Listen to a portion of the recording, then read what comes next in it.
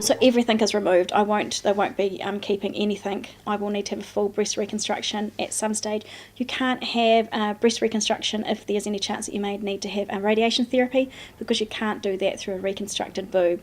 But silver lining, at the end of this, I get 2 new boobs and a tummy tuck, because that's where they take your new boob from, is from your tummy. So I have to think, woohoo, I'll get a new top half of the body at the end of all this.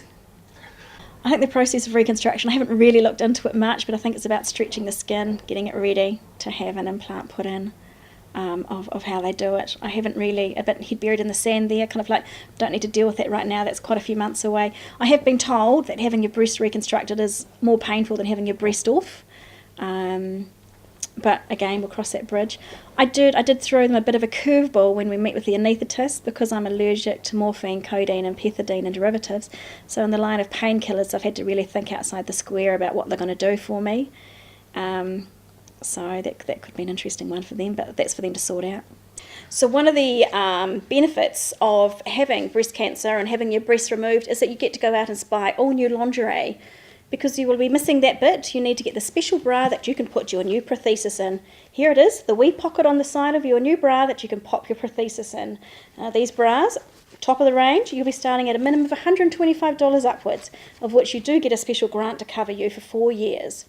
But of course, rice, it's the thing that you need. You're going to be lopsided, so you need to fill that prothesis with rice. Preferably the Uncle Ben's boil in a bag rice is the best advice I've been given. Flavours, doesn't matter, whatever tickles your fancy. It'll keep the moisture away from your sore, but it'll make you not so lopsided so you don't walk around in circles. Someone else that I've come across whose daughter also has recovered from cancer was absolutely wonderful. And when I flicked her off an email to say to me, hey, I'm in this situation, what do I do?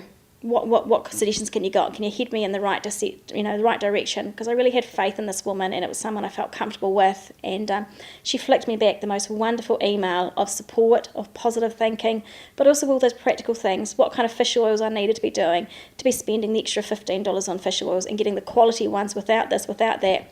And it was all practical. Never did she say to me, you should be taking this, you should be doing that, don't eat this, do eat this. And I just felt like I could do this, and I could contribute to my therapy in a positive way without being over the top or extreme, and I was really grateful for that.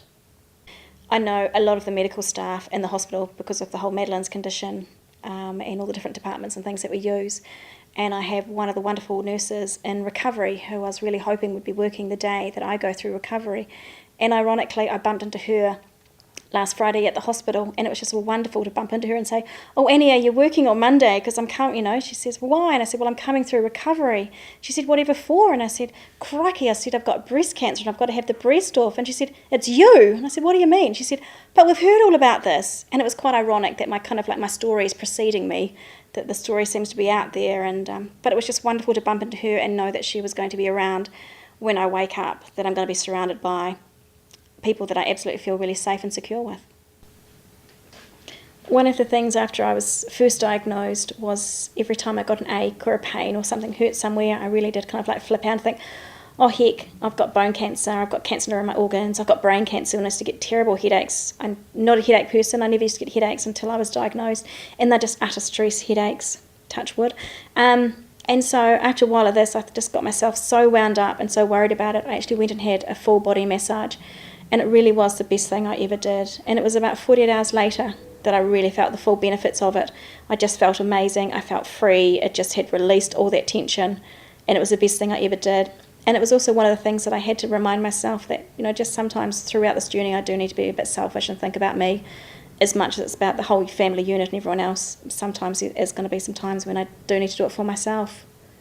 One of the things that does kind of like worry me is if I do need to have chemotherapy, is if I'll lose my hair, and whether or not I could cope with going from such long hair to having absolutely nothing in such a short amount of time. So I've got an awesome neighbour, Nikki, who's actually going to start cutting my hair in stages, regardless if I need chemotherapy or not. I've got really thick hair and it's getting too hot and long to get through summer. So she's going to cut my hair slightly shorter. So as we go through all this, you'll start to see my different hairstyles.